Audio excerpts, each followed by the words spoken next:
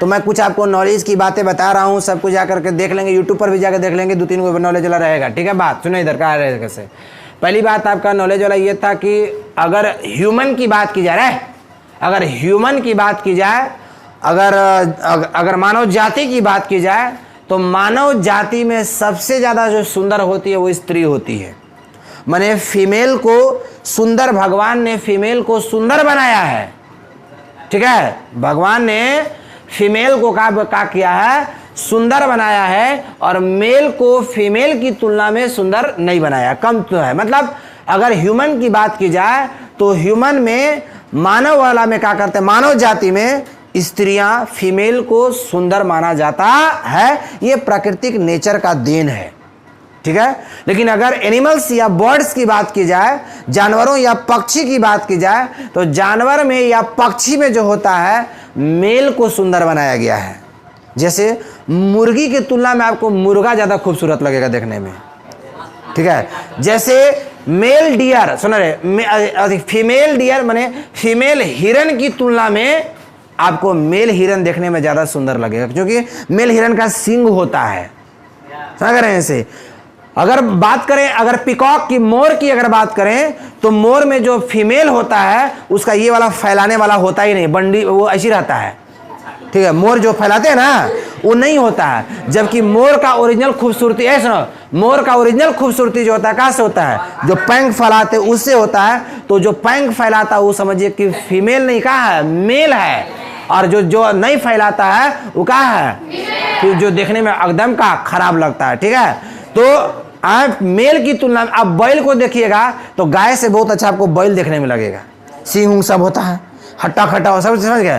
तो ये नेचर, सुना, ये नेचर प्रकृति का ये देन है कि ह्यूमन काइंड में, मानव जाति में फीमेल को सुंदर बनाया गया है, जबकि एनिमल्स और बर्ड में जो है, एनिमल्स और बर्ड्स में मेल को सुंदर बनाया गया है।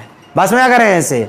इसके अलावा बाकी सभी में सुना, बाकी सभी जीव जो होते हैं से एक दूसरे को क्रिएशन के लिए क्या करते हैं, रिप्रोडक्शन के लिए क्या करते हैं, एक दूसरे से क्या करते हैं, उनका आप जानते हैं फर्टिलाइजेशन होता है, एक दूसरे से मिलते हैं तब जाकर के नए जीव का क्या होता है, निर्माण होता है। लेकिन मोर जो होता है, मोर बता रहे हैं, मोर एक दूसरे से, मोर और मोरनी एक दूसरे से नहीं मिलते हैं। मोर जब पंख को फैलाता है तो उसके पंख में से जो मनी गिरते हैं बस उसी को वो का मोरनी खा लेती है, उसी से वो मोरनी प्रेग्नेंट हो जाती है और बच्चे को जन्म देती है। बस समझ गए, ये मोर की बात है। और अगर फॉरेस्ट का अगर कोई आपसे अगर परिभाषा पूछेगा, फॉरेस्ट का डेफिनेशन ऑफ फॉरेस्ट क्यों बोला गया है, तो फॉरेस्ट में एफ फॉर फूड होना जरूरी है। ठीक है, फॉरेस्ट में फूड होना का जरूरी है। O for oxygen, O for क्या था, ऑक्सीजन। अच्छा, फॉरेस्ट से ये ऑक्सीजन का भी फायदा होता है। और आर फॉर का रेन, आर फॉर का रेन। और ई फॉर होता है इको बैलेंस की बात कीजिए, मैंने जो कि का जैविक संतुलन को बना करके रखता है। ठीक है, इको बैलेंस, जो अगर फॉरेस्ट ना हो तो जैविक संतुलन खराब हो जाएगा, जीवों की स्थिति जो होगा वो खराब हो जाएगा, लोग मरने लगेंगे, जीव का मरने लगेंगे, इको बैलेंस खराब हो जाएगा। तो ए फॉर फूड हो गया, O for oxygen, R for rain हो गया, और ई फॉर इको बैलेंस हो गया। और एस फॉर होता है सॉइल कंजर्वेशन होता है। सॉइल कंजर्वेशन का मतलब हो गया मिट्टी संरक्षक होता है, मिट्टी को बचा करके रखता है कौन, फॉरेस्ट। ठीक है, और टी फॉर टिम्बर होता है, और टिम्बर का मतलब लकड़ी होता है, जो कि हम आपको यहां पर दिए हुए हैं। टी फॉर क्या होता है, टिम्बर। तो बताइए फॉरेस्ट इतना होता है नहीं होता है, बोलो जोर से बोलो। ए फॉर क्या होता है, फूड का होता है। ओ फॉर क्या होता है, ऑक्सीजन का होता है। आर फॉर क्या होता है, रेन का होता है। ई फॉर क्या होता है, इको बैलेंस का होता है।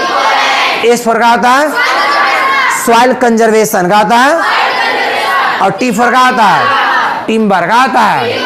ठीक है, ये डेफिनेट आप याद रखेंगे, भविष्य में आगे बहुत जगह पर आपको क्या करेगा, काम देगा बाबू। ठीक है, और अगर याद नहीं होगा तो YouTube पर आपको वीडियो भी मिल जाएगा, आप उसके माध्यम से भी देख के क्या कर सकते हैं, याद कर सकते हैं। अब रेगुलर आपको नॉलेज से जुड़ा हुआ आपको वीडियोस वगैरह मिलते रहेंगे।